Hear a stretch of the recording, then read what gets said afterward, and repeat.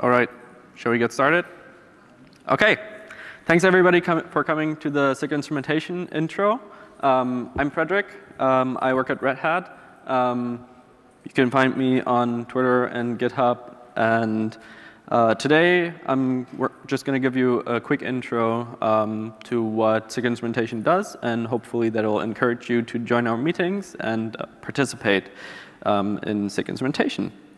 So let's get all the organizational things out of the way so that we can talk about the technical things. So myself and Piotr, who I do not see in the audience right now, but I do think he's at KubeCon, we're both the leads for SIG Instrumentation.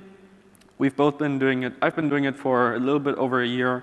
Piotr, since SIG Instrumentation was founded, just about 2.5 years ago.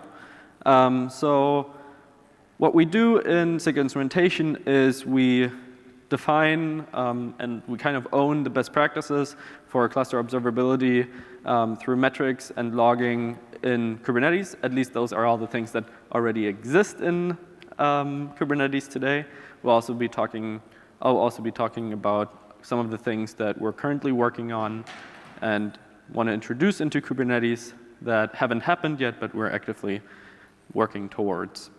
So I'll go through all of these things, and I left a good amount of buffer time afterwards so that we can go through some questions. Hopefully you'll have some at the end of this.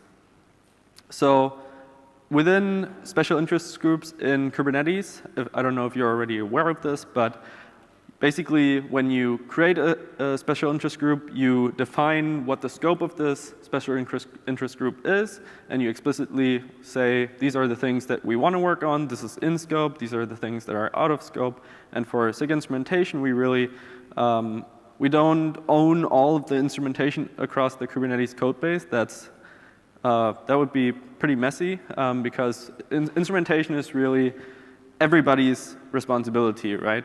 Everybody should be adding metrics to their code. Everybody should be adding meaningful log lines to their code so that when we operate our Kubernetes clusters, that we can actually have some insight into what's going on and understand and troubleshoot. And so SIG Instrumentation's responsibility isn't actually to go ahead and do all of that stuff. That's, as I said, responsibility of every contributor. But we define kind of the process, the guidelines that people have to follow so that we, as a whole, can build a comprehensive observability story within Kubernetes. So we defined some processes, some guidelines, what this needs to look like. If you're not already aware, Kubernetes is instrumented with Prometheus metrics. So within the Prometheus community, there are already best practices. So those are part of our best practices, but we added a couple of things on top of that so that we have consistency within metrics across all of the Kubernetes components. And so that allows us to do more interesting correlation across metrics. For example, we can consistently join metrics and stuff like that. That's why we created the instrumentation guidelines so that we can have a comprehensive experience. And besides that, we often work together with other SIGs. Most of the work, actually, that we do somehow involves other special interest groups. Often that's SIG autoscaling because the two special interest groups are actually very related. Autoscaling very much relies on metrics, and that's just naturally why we work together a lot. And besides that, we, in terms of projects, own opt-in, so optional components for Kubernetes clusters, and anything that has to be in a Kubernetes cluster, of which actually we realized there's not really any instrumentation component that is totally necessary. Pretty much everything is opt-in that we work on. So we've talked about what's in scope, what's out of scope is, even though I personally do work on Prometheus, as one of the SIG leads, I need to be impartial about that system. Obviously, Prometheus has been chosen as the exposition format. That wasn't my choosing, but I'm still happy about that. But in general, the Kubernetes SIG instrumentation is not about how these signals are supposed to be processed. So you may use Prometheus, but there are other systems that are totally compatible with the Prometheus format, so you are free to use whatever you want to.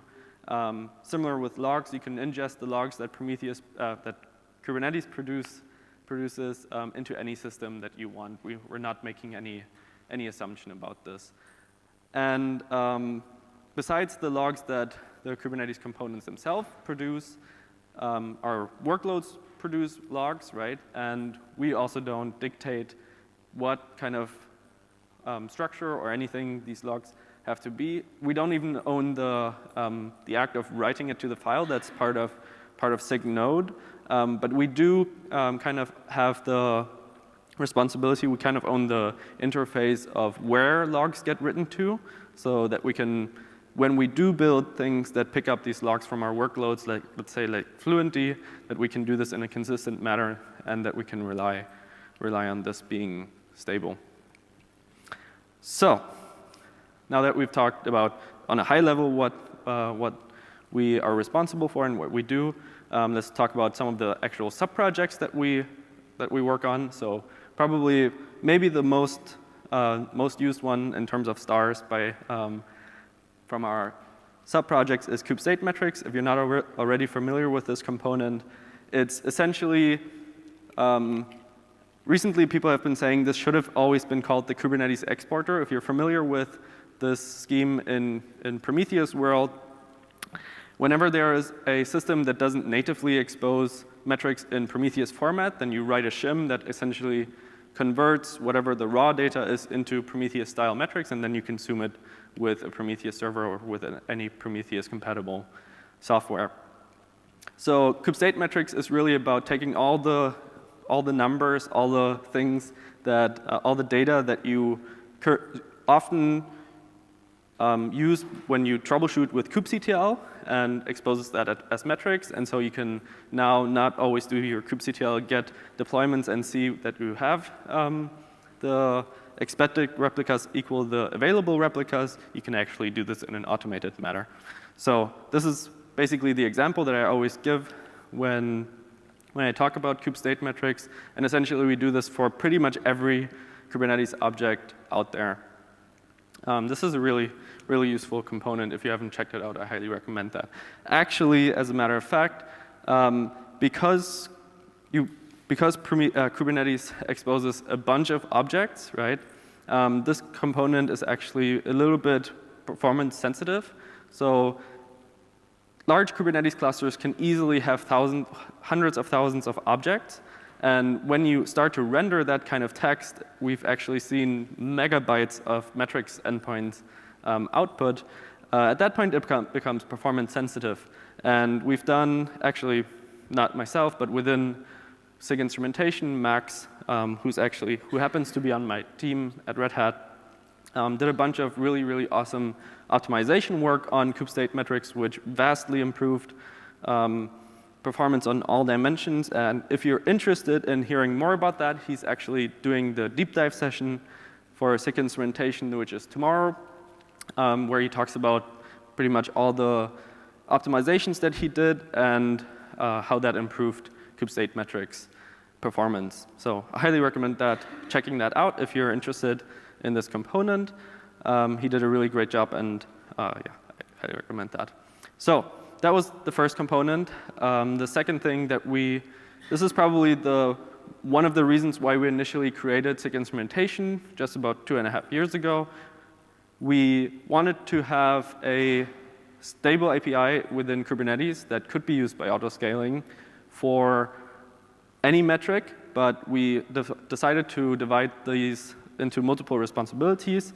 And so we created something, the big picture we called the metrics pipeline, and this includes resource metrics, custom metrics, and external metrics.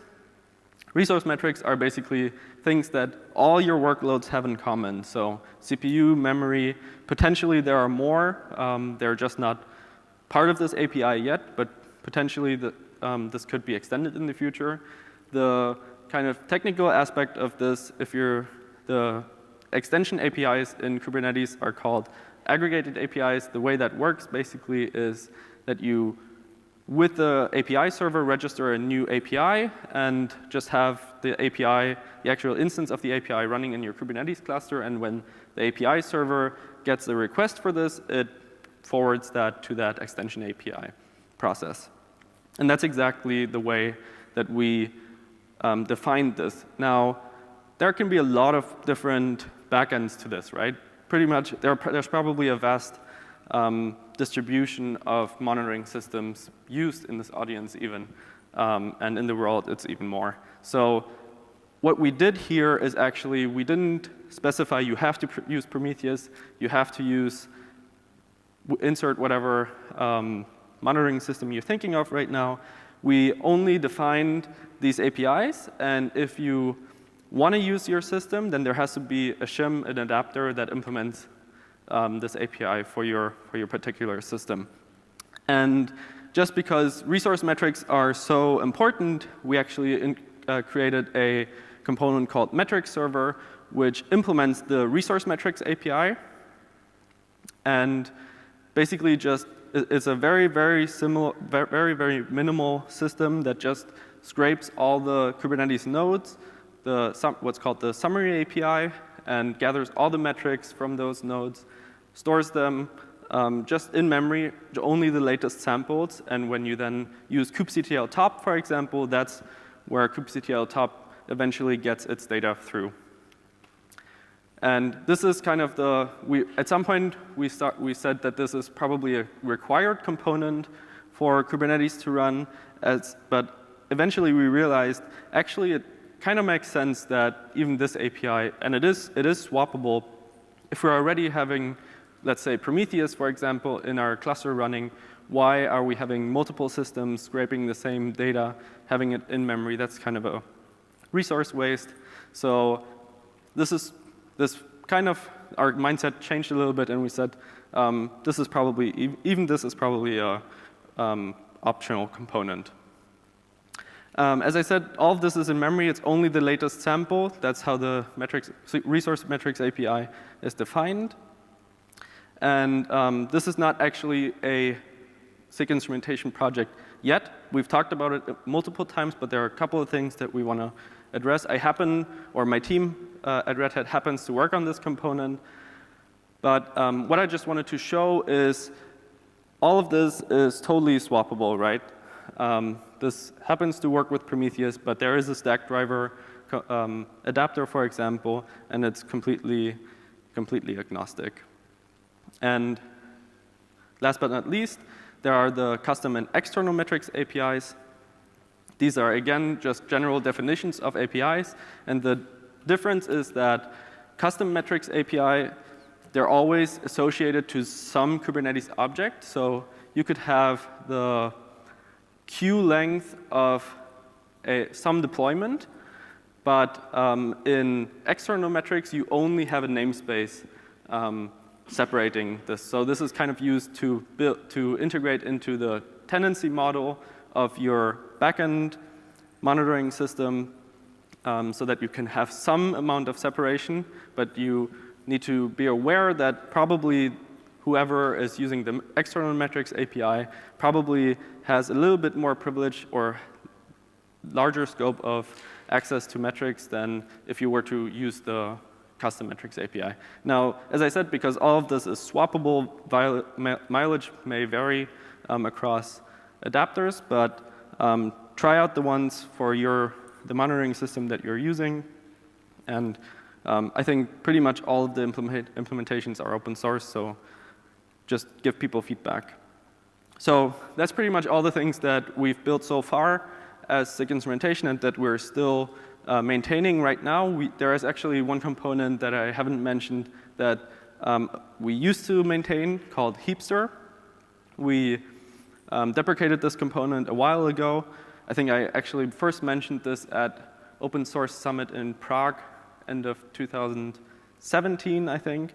I don't think I've mentioned Heapster much since then, so I'm hoping that maybe in this room people don't even know Heapster, then I've done my job. But anyways, what are we doing right now? Right now, one of the things that we're finishing up right now, we coined the metrics overhaul. And essentially, since we've introduced the best practices and guidelines for instrumenting Kubernetes with metrics, there have been a lot of metrics added to Kubernetes. Unfortunately, we weren't always involved in the review process, which may or not be good. Anyways, so what happened is that over time, a number of metrics were introduced into Kubernetes that actually violated those guidelines. And essentially, we went through, and for the Kubernetes 1.14 release, we hopefully caught all the cases that violated these guidelines and deprecated the old metrics, introduced a new metric that does not violate the guidelines anymore. The old metrics, the deprecated ones, are still available in Kubernetes 1.14. They will be removed in 1.15. So 1.14 is kind of the release where you want to switch. Actually, part of the Kubernetes enhancement proposal was there's always a risk mitigation section. So one of the things that we did is we looked at the community and identified some of the projects where they're the biggest sources of dashboards, biggest sources of alerts, and we said to minimize the risk for our users and to minimize the pain of migration, we'll update some of these sources so that users just need to update those and they'll be good to go again. Unfortunately, we can't do this for absolutely everyone, especially for cloud providers that aren't where some of these things are not necessarily public. We just communicated this a lot. We announced it at the Kubernetes community meeting, at various Kubernetes SIG instrumentation meetings, and so hopefully everybody by now has realized that this is happening and that in Kubernetes 1.15 these metrics will be removed. So yes, so all the corrected things have landed in 1.14 and the deprecated ones will be removed very soon. And now I'll have Han come up because I feel like this is a really important topic, and since Han happens to be here and works on this topic, I felt like it's his place to talk about this, not me. Hello? Is this thing working? Oh. Hey, I'm Han. I'm a software engineer at Google. I work on Google's API machinery team. If you are at all like me, then you probably care about your control plane and how you would want to measure your control plane to see the relative health of it. And oftentimes the way that you do that is you look at the metrics which your control plane is emitting. Unfortunately, up to this point, we haven't had any sort of stability guarantees around our metrics. In fact, the KEPS overhaul removes a bunch of metrics, so if you have any alerting based off of those things, they will probably stop working in 1.15. What we would like to do is we would like to start treating metrics properly as an API. This means that metrics will have to undergo, metrics will have various stages, like alpha metrics, possibly beta metrics, and stable metrics. And they will officially go through a deprecation policy in order to get removed. This means that if you have monitoring or alerting based off of these metrics, then you can expect a certain life cycle of stability. So specifically, the way that this works is once you have a stable metric, if you would like to deprecate that metric, if a metric does in fact become deprecated, then it will, for the next Kubernetes release, it will be annotated as a deprecated metric.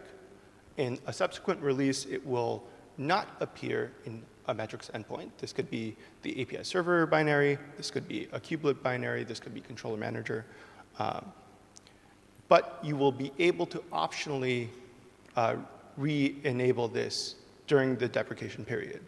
So if you notice that an alert is not working or a graph isn't displaying data, then you can re-enable this, and it will give you time to migrate off of the deprecated metric. So what's coming up next is basically we are in the middle of working out static analysis for validating metrics. So if any of you guys are familiar with the way that Kubernetes open source does conformance testing, it's very similar. Run static analysis against the code to see whether or not conformance tests have been properly approved. And one of the things about SIG instrumentation is that while there are code bases that SIG instrumentation does own, in the Kubernetes code base, the main code base, there are many other SIGs which own the different binaries. And so far it has been very difficult for SIG instrumentation to be sort of involved on the level of a PR, right? So like somebody from API machinery or somebody from SIG node could be introducing some features, some metrics, and while their intent is good, they might not understand the guidelines which are prescribed by SIG instrumentation. So basically, static analysis tooling will allow us to determine when metrics have been introduced so that SIG instrumentation can be more properly involved in reviewing metrics and ensuring that the stuff for the metrics overhaul continues to be there in the future. So yeah. Yeah. Thanks, Han. Yeah. Yeah, you can give him a hand. Okay, so that's probably the most discussed topic right now in our meetings. So if you're interested in that, join our next one, which is next Thursday. But I'll put that up later on the slide. But there are, while this is something that we're concretely working on already, or primarily Han actually. So thanks Han for doing all this great work. There are a couple of other discussions that are going on. They're kind of a little bit more loose, but I think they're exciting discussions to have. And I think mostly we've already said all of these things are great to have, but we need to discuss them a little bit more. We've just started discussing these things. So maybe out of those, the most concrete one that we've discussed the most is watch support in the metrics APIs. So as of right now, the metrics APIs only support list and get verbs. So essentially, you can only list all the metrics, and you can get a single metric. But if you're probably familiar with the way Kubernetes APIs work, you can usually do kubectl-w to watch, and you get all the notifications or all the changes that happen to this particular object. And the reason why this could be useful for metrics is that, for example, in like a scale to 0 kind of use case where we want to scale up pretty fast, it's really important that we get these metrics really fast and react to them really fast. So a watch API could be desirable. But actually, in general, it's been 2.5 years actually since we introduced the metrics APIs. I believe back then when we talked to SIG API machinery, we were told for this API to ever actually graduate to a stable API, this must have watch capabilities. I believe we should probably go back and reiterate on this discussion point, but I believe that was kind of the message. But in general, this is a difficult topic because essentially we did a little bit of research, and essentially no monitoring system out there we know actually supports an API to implement this right now. But potentially, if we do this and we implement it in metrics server, it should be possible to do this in metrics server. Maybe we can incentivize to other monitoring systems to build APIs like this. Yeah. So I think this is an exciting topic. I'm excited to talk about this more. But yeah, it's challenging. So if you're interested in these kind of things, come join us. Then one of the other things that we're discussing currently, and actually yesterday we had our face-to-face meeting at the Kubernetes Contributor Summit, and this is one of the topics that we discussed quite a lot there. How can we introduce structured logging into Kubernetes components? If you're familiar right now, it's basically an unstructured log line using the glog, or now we actually forked the glog library from Google into klog so that we could fix a couple of immediate issues that we had with it, but we want to go further and we want to have real structured logs so that we can do better, more structured analysis on these kinds of things. But it's difficult introducing this kind of a change because some people are already relying on the text that is already being logged by Kubernetes, so this needs a little bit more thought, and these discussions are already ongoing. And then last but not least, and this is basically what I was referring to on the very first slide, we are already responsible for metrics and logging, and we would like to do also tracing, but we haven't actually gotten to that just yet, but we're super excited about this space. We think it adds a lot of insight into your stack, and so that's why we eventually want to get to a point where hopefully we can have traces for just about any operation done in Kubernetes. So with that, if you are interested in any of what I just said, you're more than welcome to join our bi-weekly meetings, which are at 5 p.m. UTC. But they're bi-weekly, so the next one is actually next week Thursday, and then every 2 weeks. And if you're, you can just take a picture, or I'll put the slides up on Sketch as well. You can just dive into the meeting notes. It's totally free form. If you want to discuss something, put something into the meeting notes, we'll discuss it. And yeah, I hope you join. Thank you.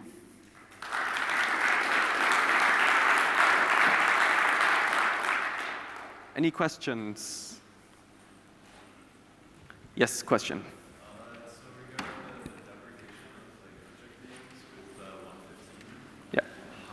So, sorry, the question was, oh no, sorry, you didn't finish the question. What is kind of like the approach that you're taking for these projects that you're responsible for, like the alerting rules that are bundled with the Prometheus operator or the on the dashboard? Yeah, so the question was, as we're deprecating a bunch of metrics we deprecated them for 1.14 and are removing them for 1.15, what is the exact risk mitigation strategy that we went with? So there's a project called the Kubernetes Mixin, which is a project that is a set of alerting rules and Grafana dashboards written in JSONet. And we've identified that as probably the largest use of alerting rules and dashboards within the community. If there's anything else that you know about, please tell us. But we do know that this is a really, really popular project, so this is what we already updated. So there is a release that is, we actually did a release just about 2 weeks ago that is the last release that supports Kubernetes 1.13. And from now on, basically from master and every forward-going release from that project, we'll have Kubernetes 1.14 plus support. So with all the new metrics that we've introduced, and that will hopefully become stable once we've introduced this framework to actually define them as stable. Cool, thanks for the talk. How to contribute to like instrumentation C group? Like, are there any particular areas that you need to help in? Like, can you describe that? Okay, so the question was, how can you participate and contribute? So I think one of the best ways is to participate in the meetings and essentially hear about what's currently ongoing. And usually the topics are large enough for way more than a single person to handle. So it's very easy to get involved through that. Other than that, Kubernetes issues and pull requests and everything are labeled with special interest group specific labels. So if you're interested in SIG instrumentation, then just filter all the issues and PRs by the SIG Instrumentation label, and you can just go ahead. Having a community start doing reviews, that's, as a maintainer of a project, that is like that makes me the happiest, because if the community does a review that I don't have to do and it's high quality, then that makes my day. So please do. Any other questions? Okay, thank you.